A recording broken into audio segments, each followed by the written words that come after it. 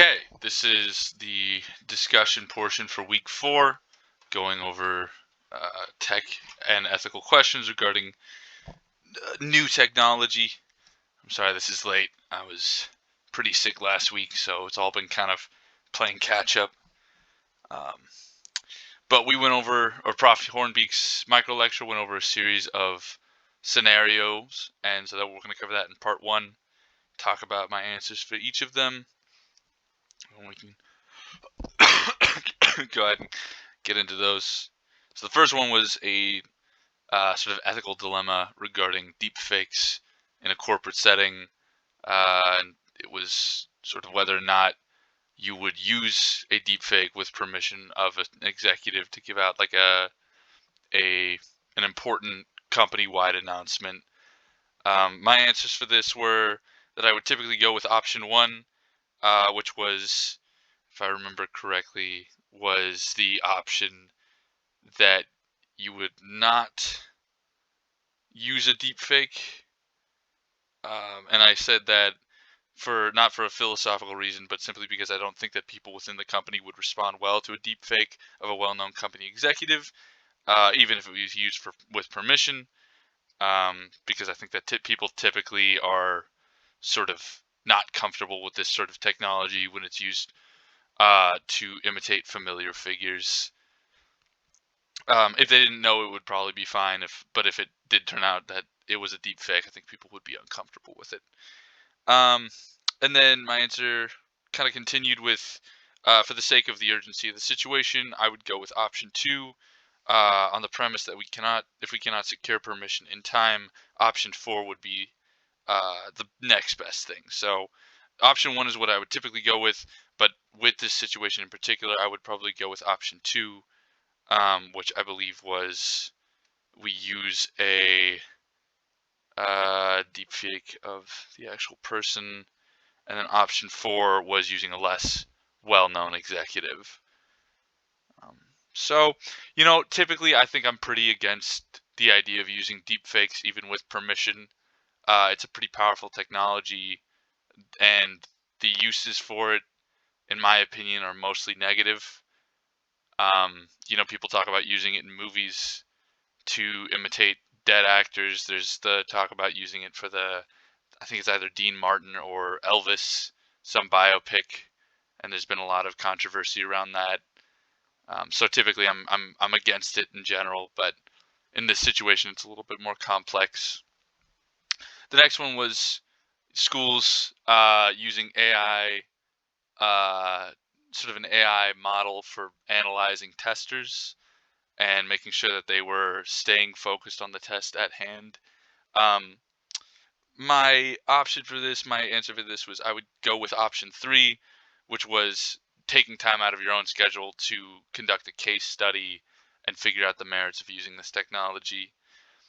Despite the extra time that it would take, it's important to know if new teaching methods are effective enough to justify using them in the first place, rather than just sort of jumping in to a new technology without understanding the ramifications of using it. In the meantime, I would encourage in-person testing unless it would put undue strain on our institution's resources. I think in-person testing has obviously been the go-to for hundreds of years, and it's proven effective. Um, but I think that this technology has merit. I think monitoring people while they take tests is kind of the idea. And so with the dawn of sort of online test taking, there's this whole new landscape we have to navigate. So new ways to monitor people, make sure like proctor exams and stuff is important. Lastly, the last scenario that Prof. Hornbeek presented for us was a social media scenario, which was this teacher who implements a link to a social media discussion program in their LMS. And I thought that this was a pretty sort of universally, like, even if they didn't have ill intentions, the answer to this one was pretty clear, which is option 3, because most LMS programs that an education institution would be running off of would have discussion and social media adjacent capabilities already implemented into the software. So there's really no point in trying to engage with students off platform except for sort of more malicious intentions, um, or just ignorance of how the LMS works. So my first go-to is option 3, which I believe was uh, talking to the person and sort of asking them to take it down themselves, and sort of laying out why that would be a good idea and why it's kind of a bad idea to use it. Maybe they just weren't aware that the LMS has the features that they're looking for. Maybe the LMS doesn't have the features that they're looking for, but frankly, there's just not a good situation where that should be allowed to happen. Um, Teachers should not be allowed to interact with students online in forms that are not monitored. That just seems like a recipe for disaster. Uh, all it does is remove oversight and accountability. If the teacher does not want to remove the embed themselves, I would first inform my supervisor or their supervisor of my misgivings and then take it down myself. So sort of a combination of different answers. But if they're not willing to cooperate, I think it's a big enough deal that it's important to take it to a supervisor. And then if the supervisor sees the merit, I would just take it down myself at that point. Um, might stir up some drama, but whatever. So that's the end of the scenario section. We went over a lot of ethical dilemmas presented by Prof. Hornbeak, and I thought by and large they were really interesting. They sort of garnered a lot of questions in interesting ways. Like I hadn't really thought about deepfake use cases outside of people like either bringing back dead people for roles in films and stuff, or like misrepresenting political figures. Deepfake is one of those technologies that, in my opinion, is more harmful than it is good. Like AI and stuff, I can totally see the merits to it, but deepfake just seems like playing with fire a little bit. This brings us to the second part of this discussion, which was faith in transhumanism, and this is one of the ones that I found really fascinating. So the two articles that we read discussed sort of religion and transhumanism and how we are at this point in our development as a species where we're capable of doing some pretty insane stuff like artificial intelligence and genetic manipulation and like whatever Elon Musk was saying about us being cyborgs already with our phones and stuff. It's pretty valid, and it's pretty scary, and it's pretty big change. So comparing and contrasting the two articles, the first article takes a more traditionalist and cautious approach. This was, I believe, Thacker's article. The first takes a more traditionalist and cautious approach, opting to compare transhumanism with the age-old adage about the folly of playing God.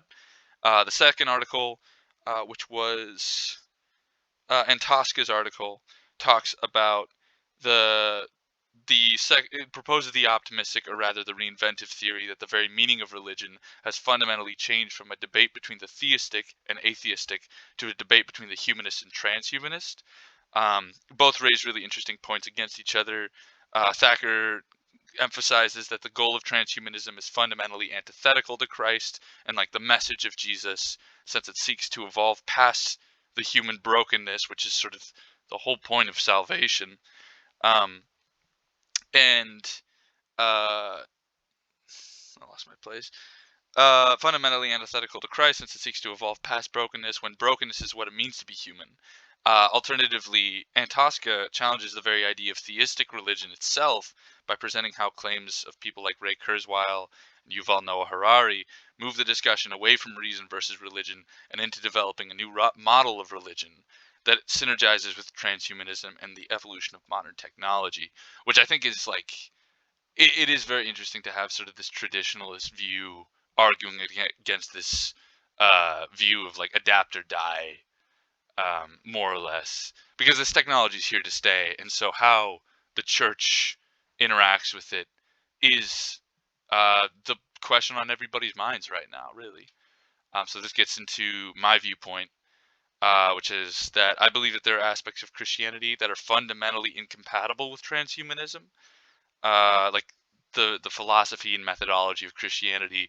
It contradicts pretty heavily with some transhumanist ideals. Furthermore, I believe that there are aspects of the philosophy of quote unquote being human that are fundamentally incompatible with transhumanism. So like not just Christianity, but just the very idea of what it means to be human in our modern and historical traditional definition. Um, that is pretty it disagrees pretty heavily with most of what transhumanism is trying to do. And I think that's the point. Transhumanism is trying to evolve humanity past our traditional idea of what it means to be human. But in my opinion, we are broken people living in a broken world. Finding salvation through technological evolution has so far proven to be pretty ineffective, and I have no doubt that it will continue to be ineffective. You know, we've made huge technological advances. We have access to modern healthcare, and we have the convenience of having any resource that we need readily available. In granted, kind of dwindling uh, amounts in modern day, but more by and large, the advancement of technology has made life, quote unquote, better for the majority of people. But it hasn't brought us closer to salvation, and I think that's really the idea is that transhumanism is all about the the next step of human evolution and using technology to get us to that next point, and like basically saving ourselves. And I don't think that that has ever been historically true, and it will continue to not be historically true in the future. Um, so the development of new medical practices, the creation and implementation of technology to assist and aid, and the growing access to information have by and large been amazing things that have seen life expectancy and quality of life increase dramatically for most people over the past century. However, I believe that, like always, the push for further technological development will be mired by the motivations, primarily by the motivations of the people who push the future forward. We can't put our trust in man, only in God. And that's pretty clear. And he's pretty clear about what the solution to humanity's brokenness is. So, in my opinion, from a Christian perspective, it's a pretty clear cut divide between the motivations of transhumanism, the motivations of the people driving the boat, and the motivations of all of that. The ideals are not conducive to a Christian worldview. God is clear about what it means to be saved. God is clear about what it means to be human. Transhumanism ignores that. So we're going to move on to the ethical questions that we got. First, how are ethics involved in the movement of transhumanism? And that's a pretty broad question, covers a lot of ground, but here are my answers. I said ethics are the moral consideration involved in developing new technologies, which, it's a pretty basic definition. When applied to transhumanism, a few obvious questions arise. How will we maintain agency over ourselves with augmentation? We are already being tracked we live in an age of surveillance, where your information is pretty readily available online to anybody who wants to buy it. There's surveillance cameras everywhere. Everything you do is tracked at all times. Privacy is kind of a thing of the past. And it takes a great deal more effort these days to be private than it ever has before. So that's a big ethical concern. We're continuing to move in that direction. Once we have, say, chips in our brains or um, whatever else, technological augmentations to our biology, um, those things come with a cost. Uh, Yeah, privacy is a thing of the past. To smartphones, thanks to smartphones, surveillance cameras, and the internet. The next one is genetic engineering. If genetic engineering becomes a realistic possibility, how will that affect those who are born, altered, or who are altered later in life versus those born naturally? We've already seen how having a computer in your pocket at all times turns people into walking opportunities for advertisement and the invasion of private places by corporations through algorithmic targeting. There's like all of this, and most people don't even think about this. You got a little computer in your pocket at all times that is always like on, basically, even when it's off. So that's never happened before in history. It's a weird new wild west that we're living in, and it's pretty invasive to our lives. And how is that going to look going forward? Okay. How much more prevalent will that be, that invasion of privacy be, when we have computers in our brains, or, etc. There are just a few. These are just a few of the myriad of ethical concerns that are being downplayed in the pursuit of progress. And I don't really think that's true. I think most people are aware of these problems, but the pursuit of progress kind of trumps them. We're kind of on a train heading in a single direction now, and there's no slowing it down. So it's more a question of how do we live with that, which kind of takes me to how will traditional Christianity be affected in the faith and technology dilemma. And this one's really interesting, because it's something that's happened multiple times in the past. Throughout history, Christianity, specifically traditional Christianity, is challenged by changing culture and cultural values and technological development. All through the Industrial Revolution, all through the modern age, even today. So going forward, it is a very interesting question. My belief is that traditional Christianity will prevail, as it always does. The world, and it might, shrink pretty dramatically, like it did during the Enlightenment, during the Industrial Revolution, and like it is today. But it's not going to go away. There's always a need for religion and Christianity. Um, the world has been reshaped many, many times over the past 2,000 years, and Christianity has maintained its integrity throughout it. What will it look like when we've augmented our bodies, uh, changed ourselves, when we've quote unquote ascended our limitations? We will still be human, and so we will still presumably have souls. I say presumably because, hopefully, we don't just become bags of meat or something, which means there will always be a need for the saving grace of Jesus Christ, no matter the circumstance or form that we take. And I think the Bible's pretty clear on that as well. So, keep going with ethics. This question was, what do you foresee as ethical problems for the Christian traditional view of God as technology advancement grows? The Christian traditional view of God has sort of evolved, I would say. The idea of who God is sort of a difficult subject in general, theologically speaking. But maintaining relevance and maintaining values, I believe, are the biggest threats and the biggest hurdles to overcome for the Christian church and the view of God as a whole.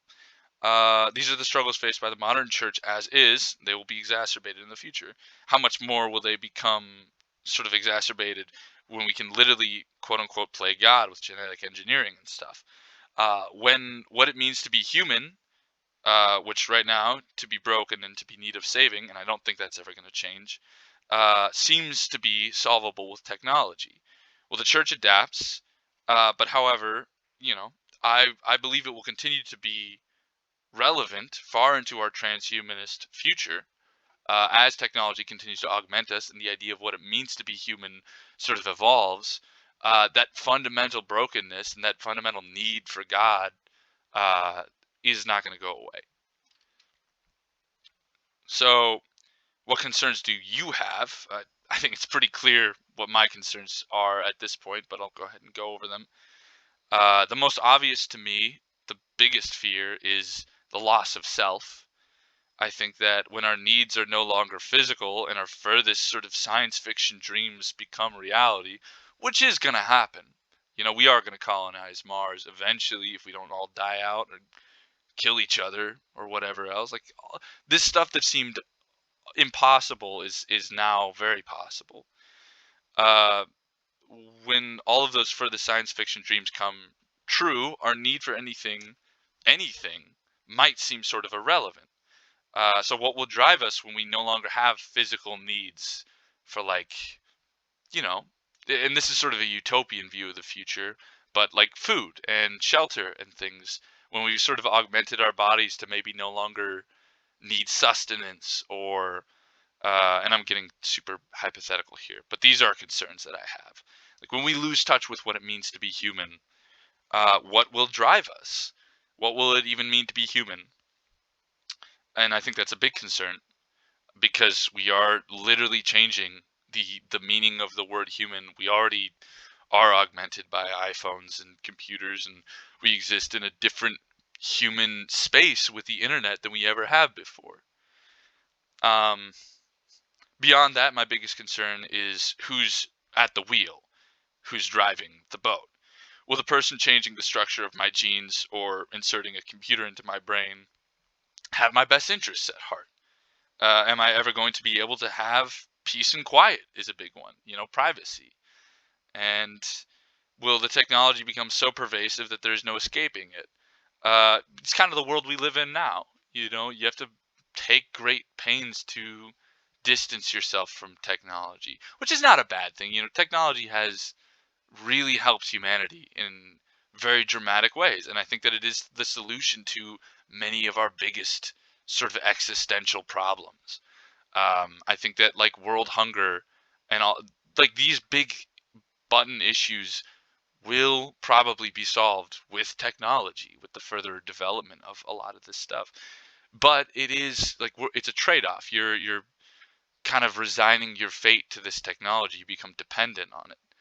Um, so it's just something to keep in mind.